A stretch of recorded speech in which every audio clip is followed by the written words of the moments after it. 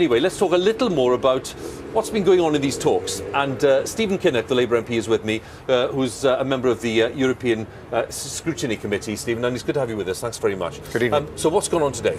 Well, I've just come from constructive discussions with David Lidington and Michael Gove and Gavin Barwell, the Prime Minister's Chief of Staff.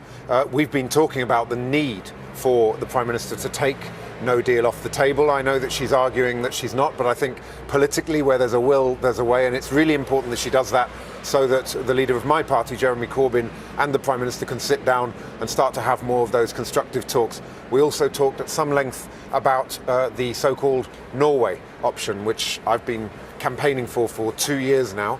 And I think we had a very constructive conversation showing that this is a compromise that can command a cross-party parliamentary majority that can be rapidly and smoothly accepted by the European Union and that can begin to unite our deeply divided country.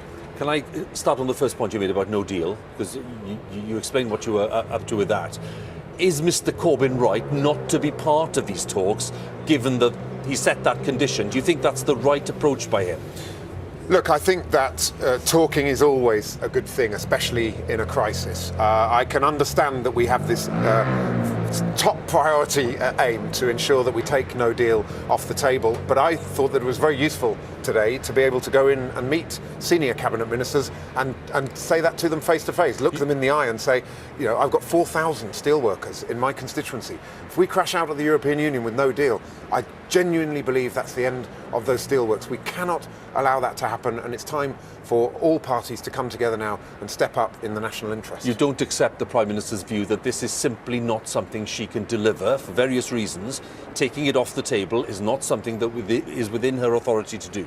No, I don't accept that. In fact, we're going to be laying an amendment to the motion that she's bringing to the House next week to, in fact, say that if there is no resolution to this by early March, she will be legally obliged to seek an extension to Article 50. You know, I hope it doesn't come to that. I think there's another way she doesn't want, of course. She of course doesn't want that, but we can't have talks and dialogue unless people are ready to soften their red lines. People have got to now open up and meet somewhere in the middle. That requires cross-party dialogue. I'm part of the Norway Plus group of MPs working closely with Conservative MPs and others. There's a lot of things we don't agree on, but we do agree that we've got to get the country out of this political and constitutional crisis. The whole cross-party scenario clearly is something that is very important.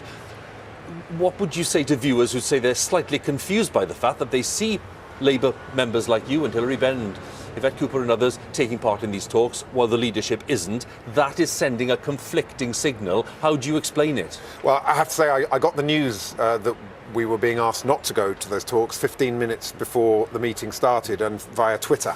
So I genuinely was in a position where I wanted to go ahead anyway with those talks, but it was very late in the day when I got that notification. I just believe that you've got to have one go at sitting down at the table, looking people in the eye. Exchanges of letters are fine, but this is a negotiation now, a dialogue. We need to get round the table and find a way through this, and there is a way through it, which is the Norway Plus option.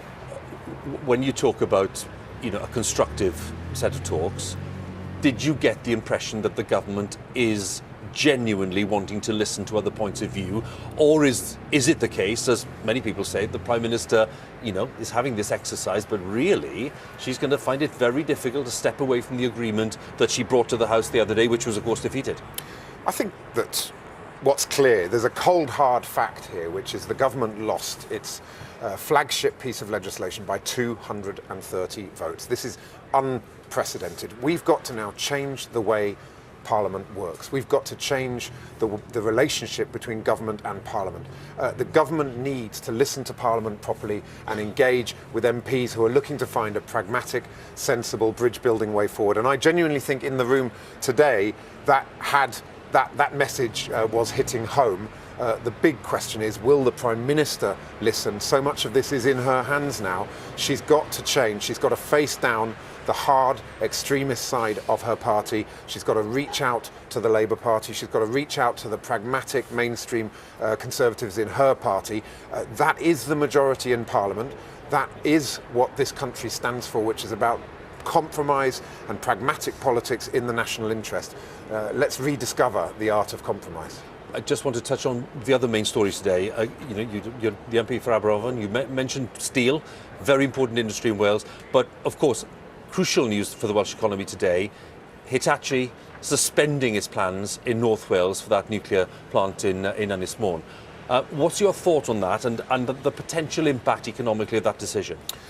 I think it's troubling. I believe that we need to invest in an energy mix, and moving forward with nuclear power in the right way, properly funded and with the right investment, creating jobs, high value manufacturing jobs. We know the value of that in my constituency and what it means for the whole supply chain. So it's deeply concerning. I think we need to digest the implications of it, and I hope that we can find a way forward which delivers clean and competitive energy.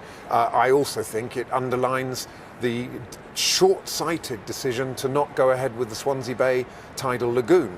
If we're serious about investing in sustainable energy, which doesn't require burning huge amounts of carbon, then that has got to be one of the options on the table. Or indeed electrifying the railway line beyond Cardiff over to Swansea. Well, I mean, that would certainly get my vote. Just thought I'd put that in as well. Thank you. Stephen, nice to see you. Thanks very much. Thank you very much. much. Stephen Kinnock, the Labour MP there for Aberavon.